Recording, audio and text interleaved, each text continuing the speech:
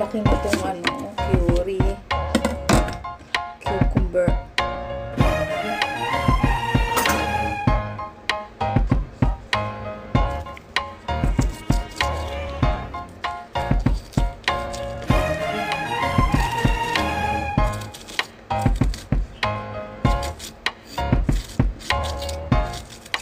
Kasi bigay ito ni mama sa akin.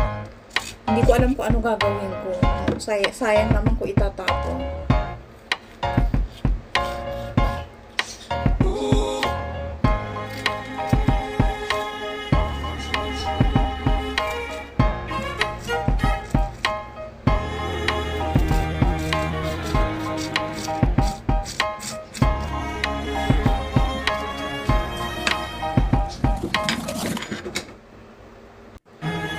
Ito na siya.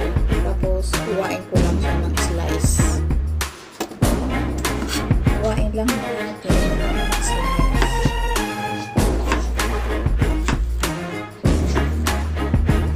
Sayang eh. Tatapon ko ito sa itapon.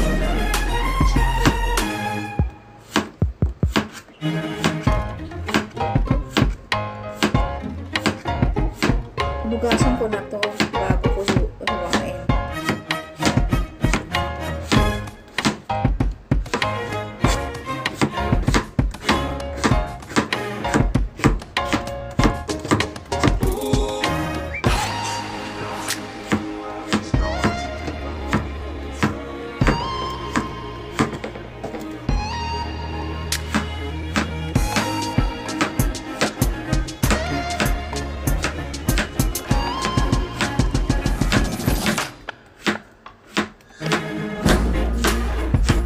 Maganda to sa foodies kaya.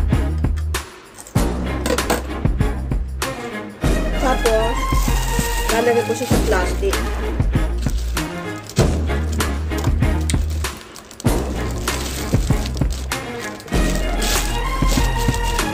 Gawin natin siyang parang pickles.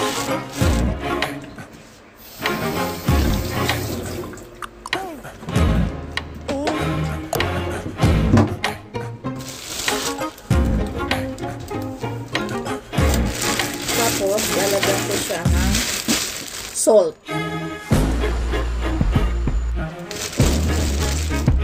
Lalagyan ko siya ng salt. Mga 2 ganito lang salt. Salt. 1 and 2. Ito lang kasi. Tapos, 2 tablespoon ng sugar. Teka, mamaya na pala.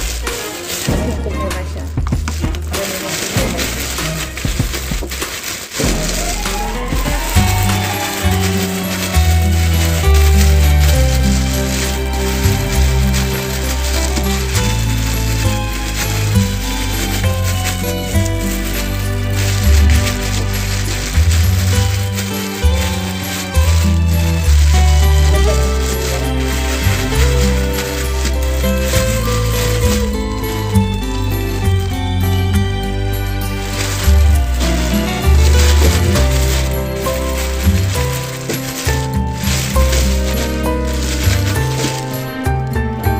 Lagyan natin yung 2 tablespoon na sugar.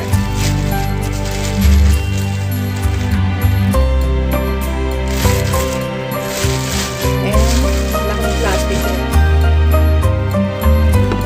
Wasabi. Kukunti na lang yung laman ng wasabi. Kaya meron ako dito 2 sachet ng wasabi.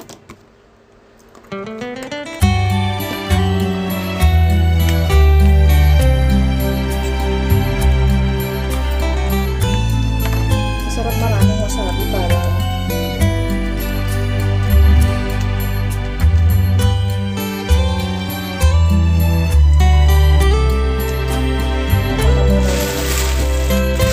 tapos yung wasabi madaling matunaw kasi may ano siya may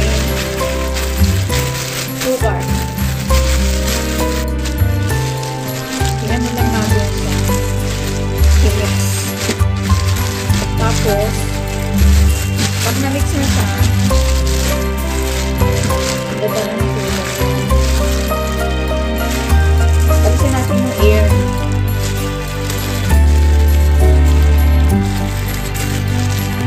Tapos, lagyan natin to sa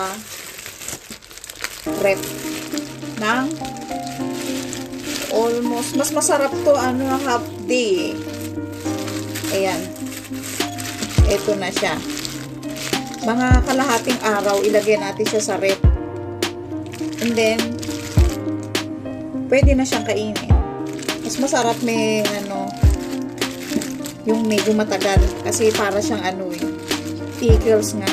Kumbaga dito, tsukemono ang tawag dito sa Japan. Promise, masarap to. Kung ayaw nyo naman ng maraming salt at saka maraming sugar, i-less nyo na lang para more healthy. Okay. Thank you for watching.